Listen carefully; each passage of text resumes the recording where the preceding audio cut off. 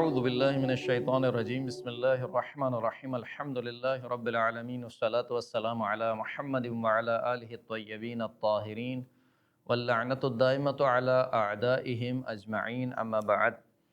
محترم سامعین کرام، گزشتہ گفتگو میں آپ کی خدمت میں پیش کیا گیا کہ امام زین العابدین نے خطبہ ارشاد فرمایا یزید کے دربار میں، اس کا پہلا حصہ آپ نے سنا، اور اس ویڈیو میں امام کے خطبے کا دوسرا حصہ۔ امام نے ارشاد فرمایا کہ من عرفنی فقد عرفنی ومن لم یعرفنی انبأتہ بحسبی ونسبی، کہ اے لوگو، جو مجھے جانتا ہے وہ مجھے جانتا ہے، جو مجھے نہیں جانتا ہے میں اس کو اپنا حسب بھی بتلاؤں گا اور اپنا نسب بھی بتلاؤں گا۔ یعنی شام کا وہ علاقہ کہ جس کو اہل بیت سے دور رکھا گیا ہے، بلکہ اہل بیت کا بغض جن کو سکھایا گیا ہے، جن کے دلوں میں اہل بیت کی نفرت اور اہل بیت کے بارے میں کینہ ان کے دلوں میں بٹھایا گیا ہے، ایسے ماحول میں امام کا کام کیا ہے؟ امام کا کام یہ ہے کہ اہل بیت اطہار کا تعارف کرانا کہ خود اہل بیت اطہار کون ہیں۔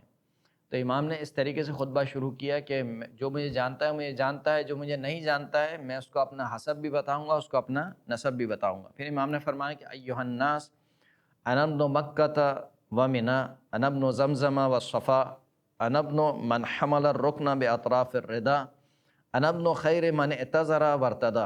اے لوگو، میں مکہ کا بیٹا ہوں، میں منا کا بیٹا ہوں، میں زمزم کا بیٹا ہوں، میں صفا کا بیٹا ہوں۔ یعنی مکہ، منا، زمزم اور صفا یہ شاعر اللہ میں سے ہیں، جیسے قرآن مجید میں بھی ذکر ہوا کہ ان الصفا والمروۃ من شاعر اللہ۔ صفا، مروہ، مکہ، منا، یہ تمام جو ہے وہ شاعر اللہ میں سے ہیں۔ شاعر اللہ کا مطلب یہ نہیں، خاص اللہ کے دین کی نشانیوں میں سے ہیں، اور کہا کہ ان کے جو وارث ہیں وہ میں ہوں۔ یعنی یہ شاعر اللہ کس وجہ سے بنے ہیں؟ کیونکہ رسول اللہ نے اللہ کے حکم کے مطابق حضرت ابراہیم علیہ السلام کی سنت کو باقی رکھا اور ان جگہوں پر عبادت کی۔ مکہ میں جو ہے وہ حج کے لیے تمام اطراف سے لوگ آتے ہیں موسم حج میں، اسی طریقے سے منا میں قیام کیا جاتا ہے۔ صفا اور مروہ جو کہ خاص نشانی ہے، جناب ہاجرہ جو ہے وہ حضرت اسماعیل کی پیاس کے لیے ایک پہاڑی سے دوسری پہاڑی کی طرف دوڑی۔ زمزم کا کنواں جو کہ خاص نشانی ہے کہ جو حضرت اسماعیل علیہ السلام کی ایڑیوں سے پھوٹا۔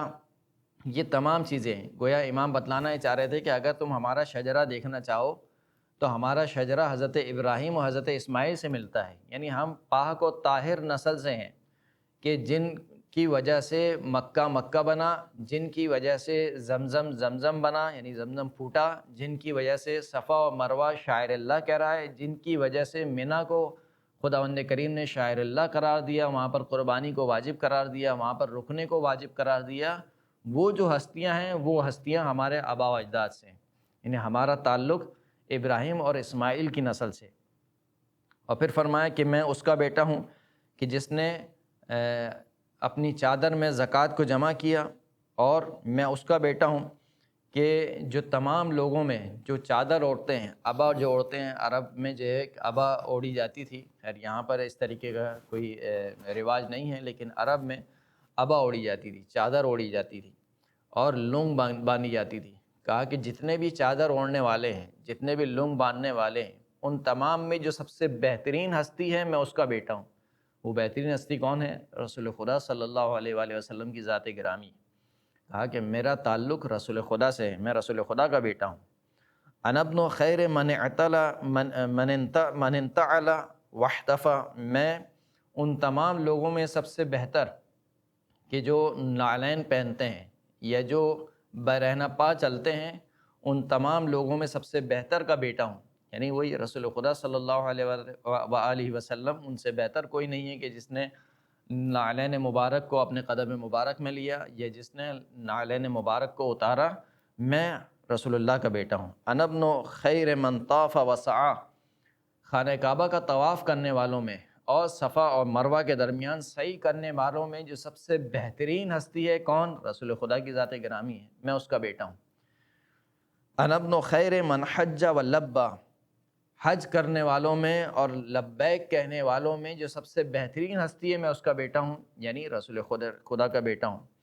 انا ابن من حمل علی البراق فی الہوا، میں اس کا بیٹا ہوں کہ جس کو براق ہوا میں لے کے گیا، یعنی جب معراج کرائی گئی رسول خدا صلی اللہ علیہ وآلہ وسلم کو، تو براق ایک سواری آئی، وہ براق رسول خدا کو لے کر گئی۔ کہا کہ جس کو براق سواری پر لے کے گئی میں اس کا بیٹا ہوں۔ انا ابن من اسری به من المسجد الحرام الى المسجد الاقصی، میں اس کا بیٹا ہوں کہ جس کو مسجد حرام سے مسجد اقصی تک کی سیر کرائی گئی۔ انا ابن من بلغ به جبرائیل الى سدرۃ المنتہی، میں اس کا بیٹا ہوں کہ جس کو جبرائیل علیہ الصلوۃ والسلام سدرۃ المنتہی تک لے گئے۔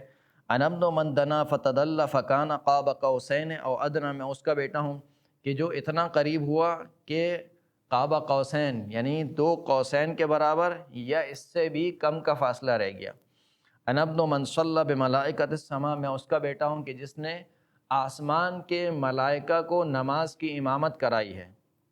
انا ابن من اوحى الیہ الجلیل ما اوحى، میں اس کا بیٹا ہوں کہ جس کی طرف رب جلیل نے وہ وحی کی ہے جو وہ وحی کرنا چاہتا تھا۔ انا ابن محمد المصطفیٰ صلی اللہ علیہ وآلہ وسلم، میں محمد مصطفیٰ صلی اللہ علیہ وآلہ وسلم کا بیٹا ہوں۔ یعنی اس پیراگراف میں، اس حصے میں، خطبے کے اس حصے میں امام زین العابدین نے اپنا تعارف رسول خدا کی نسبت سے کرایا ہے کہ دیکھو میری رسول خدا سے کیا نسبت ہے۔ وہ رسول خدا جو تمام مخلوقات میں یہاں تک کہ انبیاء میں سب سے افضل ہیں، میں ان کا بیٹا ہوں۔ یعنی ابھی تک امام زین العابدین اپنا نسب بیان کر رہے ہیں۔ اسی طریقے سے یہ خطبہ آگے چل رہا ہے اور امام شام والوں کو سمجھا رہے ہیں کہ دیکھو تم سمجھو تو صحیح کہ تم نے کس کو قیدی بنایا ہے، تم نے کس کو قتل کیا ہے، تم نے رسول اللہ کی ذریت کو قتل کیا ہے۔ یہ بات جو کہ شام والوں کو جس طریقے سے کینہ اور بغض بالخصوص مولا کائنات کے خلاف اور اہل بیت اطہار کے خلاف پلایا گیا، اس کینے کا یوں سمجھیے ایک طریقے سے امام زین العابدین توڑ کر رہے ہیں، ان کو سمجھا رہے ہیں کہ دیکھو یہ جو جرم ہوا ہے نا، اس کو کوئی عام جرم نہیں سمجھنا، تم نے کسی عام شخص کو قتل نہیں کیا، تم نے رسول اللہ کے نواسے کو قتل کر دیا اور رسول اللہ کی ذریت کو تم نے قیدی بنا کر لے کر آئے ہو۔ وآخر الدعوانا ان الحمد للہ رب العالمین۔